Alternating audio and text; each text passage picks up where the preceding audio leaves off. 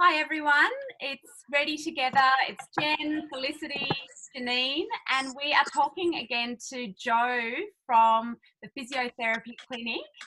And hi Jo. Hi Jen, Thank cool. you. Thanks for having me Thanks again. so much for having another chat. It's been really useful getting such good quality information out on the page and to the people in the Ready Together group. So we really appreciate it. Cool, thank you.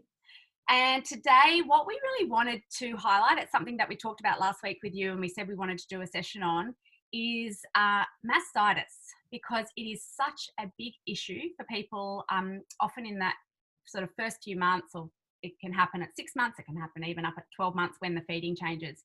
I know myself, having had mastitis 11 times just with one of my 4 babies, it is such a killer. And one of the things you're here to talk about is one of the ways you can treat it. And as I said last week, when I discovered that ultrasound can sort of stop mastitis in its tracks and then avoid you having to have an antibiotic, it was just a game changer for me and for my babies. So I'm really excited to bring some of that information to everybody today. So over to you. Go. Yeah, sure. So quick introduction, Jo Murdoch from the Physiotherapy Clinic. So we've got a big team in our clinic of women's health physios in Camaray, in Bondi Junction and down in Caringbah. And certainly the lactating breast is something that intrigues all of us. Most of us have breastfed, so we've experienced it. And it's phenomenal that the actual physiology that goes on to make milk and feed our babies just blows our mind.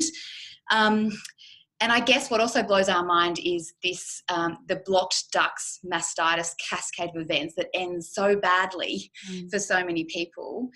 And what we've learned over the years is what we can do to help is actually very helpful.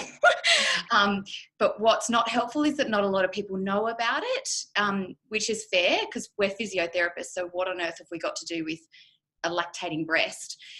But what we have to do with it is we, in our undergrad degree, we learn how to use a modality called therapeutic ultrasound. So these machines look like this. And what they are is they penetrate sound waves. And we've used them in physio to try and improve tissue healing over time.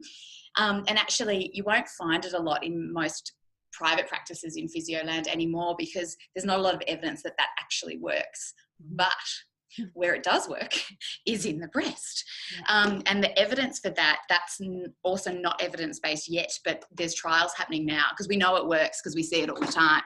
So what actually... I know it works, yeah. and for me, having had it so badly, winding up with massive lumps and then needing antibiotics with fever symptoms, and then once someone told me about ultrasound, I just thought, how did I not know this before? And then I would get straight to a physio, I would get the lump ultrasound, and within 6 minutes, the lump would start to break up. So I know firsthand, it's incredible.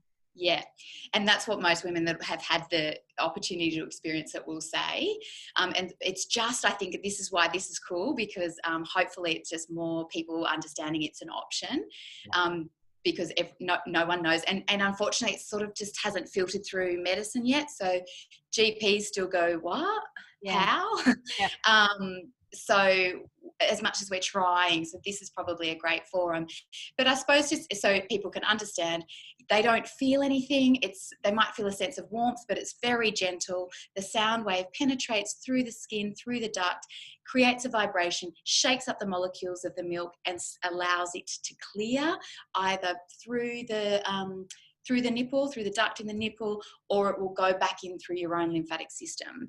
So that's a massive part of what we do. And then, of course, we're listening to people's stories and then figuring what else we need to do. For example, most people have tried to massage the block out because that's what they read on the internet. That's what they're told by their mums. That's what they're told by everyone. You've got to get it out.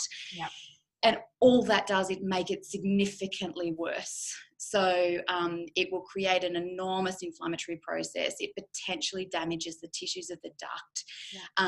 And it just makes the compression, the milk stasis much worse. So if we can get that message out there, if you have got a lump, if your breast is tender, sore, feels blocked, you start to feel unwell, don't touch it.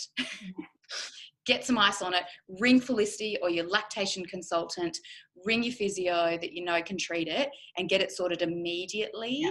If someone calls us with mastitis, we see them that day. Yeah. In the next few hours, we move heaven and earth to make sure that that person gets into us. And that's incredible, because it is so time sensitive. And so if you can move things around and get people in and get that ultrasound on, they may not need further intervention. Correct, and that's the idea. So if we can intervene early and stop this enormous cascade, and then decide and give the person the right advice for where they're at. So I'll talk about anti-inflammatories versus antibiotics, Felicity, but I'd love you to chime in with your thoughts. So what we also are questioning in the land of science is, what is mastitis? And what we know is it's an inflammatory process of the breast. And sometimes, and the World Health Organization makes that statement, we know that's what it is. Sometimes that inflammatory process is driven by an infection. But actually minimal amount of time. Often that inflammatory process, and more often than infection, that is driven by the fact that the milk got stuck. So the milk got stuck, and the milk started to seep into the rest of the breast tissue, and your brain goes, that's foreign, and sends a bucket load of inflammatory mediators to try and sort that out. So it becomes like an immune response, because milk is, the chemistry of milk is foreign to the rest of your body, other than your breast tissue, other than these little alveoli. Like, they're the only guys that know about this chemistry. Otherwise it's foreign, big inflammatory process.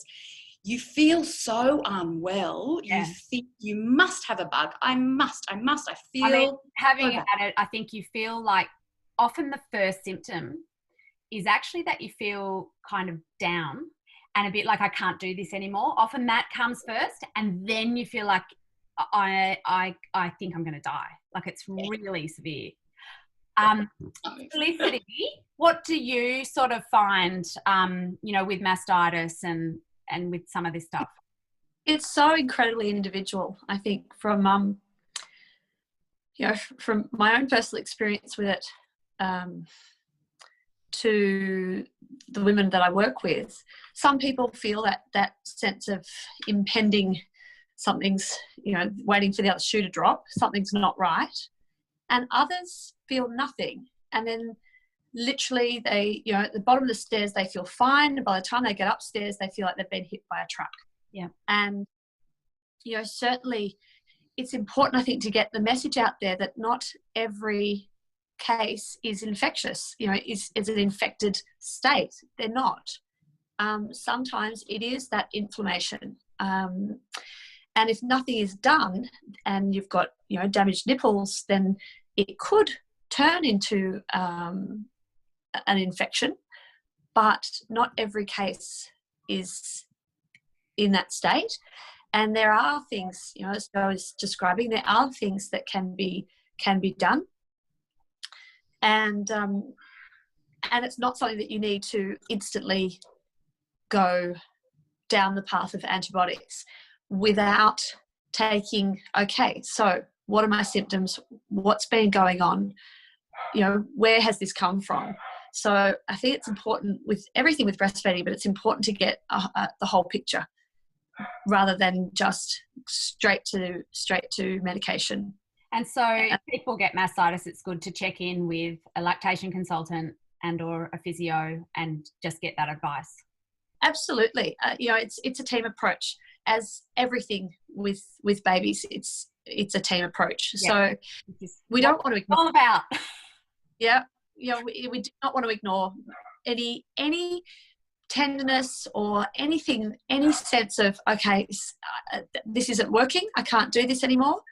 Anything like that, we don't want to ignore it. And equally, there are the telltale signs of the sort of red streaks, the tender area. Sometimes you don't have that lump and it's not obvious, but you just have an overall pain in your breast and you can't really distinguish. You can also have that just patch of red, hot skin.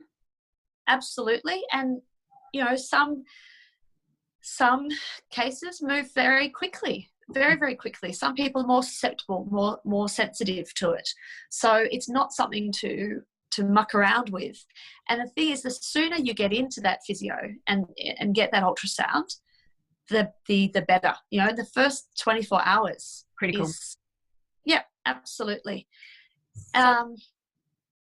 So really, you know, kind of to summarize, if people notice those signs, and particularly if it's recurrent and it happens more than once, but if you notice those signs of either hotness or redness, or you're feeling unwell, it's important to move fast and try to get some advice from a lactation consultant and or a physio. If it is mastitis and it's heading in that direction, you want to try ultrasound. I mean, like I said, it works really well for me. And then the other thing I want to highlight is there is a lot of research now about the effect of probiotics as a preventative. And I found, having had it so badly with my second child, come my third and fourth, I would just stay on a probiotic through that breastfeeding period, and it made a difference to me. And I know there is some research that backs that up now. Yeah. The research is done by Kira, the brand themselves. So it's not overly robust, but it is interesting because they did have a control group. They did have a group on their probiotic and a group not, and looked at the incidence. And it is profound. And we certainly, every woman that works throughout, we've got it in our fridge. Yeah. So we're ready to go, listen, you can take that. People often ask, oh, but I'm already taking an antibiotic. Can I? Yeah. And we say, definitely, just don't take it at the same time. It helps. It helps. Spread it out so the antibiotic doesn't ideally just... And it's Kira, isn't it? It is slightly more expensive, but I actually ran that past a couple of naturopaths at one point and said, you know, is it worth the money, or should I just take a general probiotic? And they kind of confirmed it is worth the money. It really does target kind of the right bit that affects the breast. Jen, just quickly before we end, sorry, I just thought of another common confusion is heat versus cold. Yes, please clarify. Yeah, so it's tricky because sometimes heat's better, sometimes cold's better, like Felicity was saying, it's individual. But if we think about it from first principles, that it's an inflammatory process, so mastitis means inflammation. It's definitely an inflammatory process. You don't treat inflammation with heat. Okay. Right. You treat inflammation with cold. So I would say, if you're not sure, cool it down. Ice packs. Yeah. Will then guide you, because once the inflammatory process is cleared, but we're still dealing with this stuck milk, sometimes then you might go, well, let's just heat that and see if we can mobilize it with some heat, or we need to mobilize the tissue a little bit more around it. But that's too confusing for everyone. So I think big message, ice over heat every time until you know better. Okay, so if in doubt, cool it down. If in doubt, don't touch it. Yeah. Ice it and call it. And call someone. Okay, thank you so much. Good, no worries. Thank you so much for your time again, Jo. That was awesome, and we'd love to have you back again.